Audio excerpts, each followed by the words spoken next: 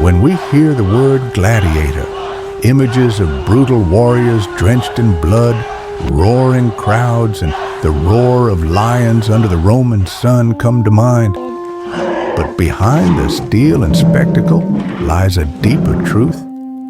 Gladiators were not just instruments of violence. They were symbols of the Roman state. Trained and disciplined, they entertained, but also served as tools of power, control, and even hope. Their lives were not just about death, but survival, and sometimes glory. Not all gladiators were shackled slaves. Among them were war prisoners, condemned criminals, and surprisingly free men who volunteered for the arena. Why would anyone choose such a fate? For some, it was desperation. For others, the promise of glory, riches, and a crowd that would chant their name. They came from different corners of the empire, trained in brutal schools, and were forged into living weapons of flesh and skill. The arena was more than a punishment. For some, it was an escape, a career, even a twisted form of honor. Inside the walls of the Ludus, the gladiator school, there was no room for weakness. Recruits were pushed to their physical and mental limits. Each day began before sunrise with grueling drills, weapons practice, and tactical combat training. Under the strict command of a lanista, discipline was enforced with brutality. They trained not only their bodies, but also their instincts. To read an opponent, to control fear, to turn violence into choreography. What looked like chaos in the arena was often the result of years of preparation. For many, this training was their only hope of survival once they stepped onto the sands. The Colosseum wasn't just a place for slaughter.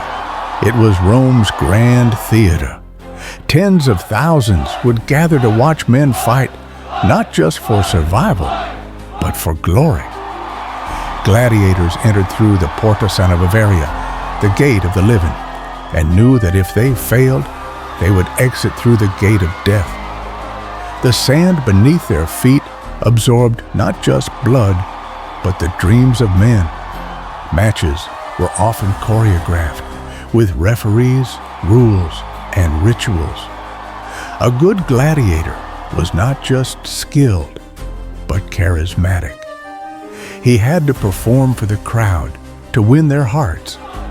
Because in Rome, your life could depend on the turn of a thumb. Not all gladiators fought the same way. There were dozens of combat styles, each with its own armor, weapons, and tactics.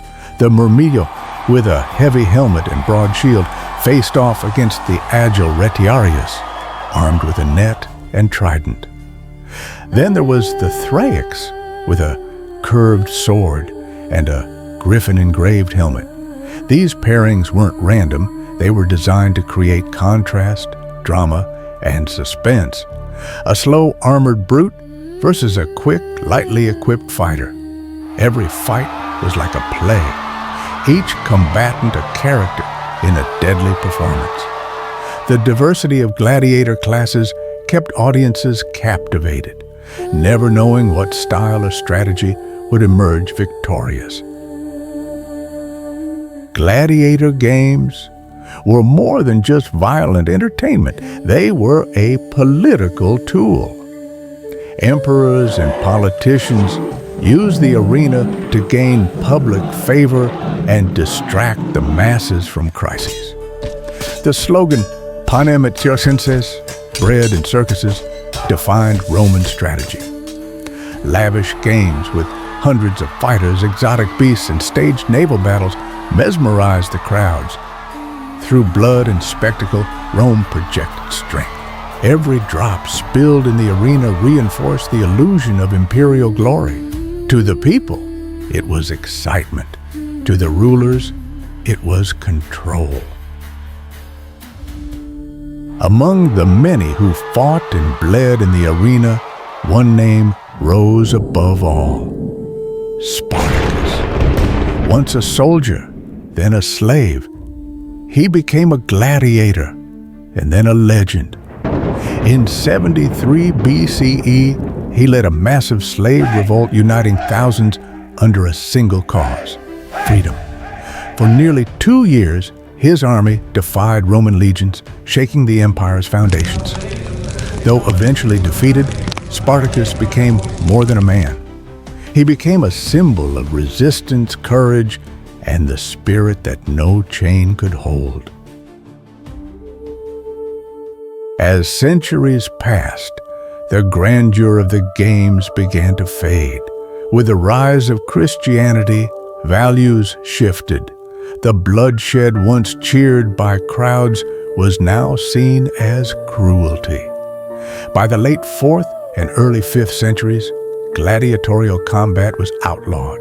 The arenas that once roared with battle cries fell silent.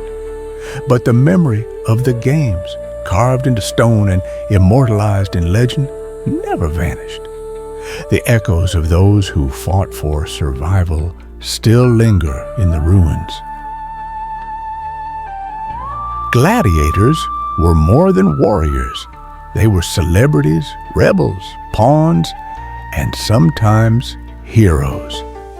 They lived on the edge of life and death, dancing between fate and fame.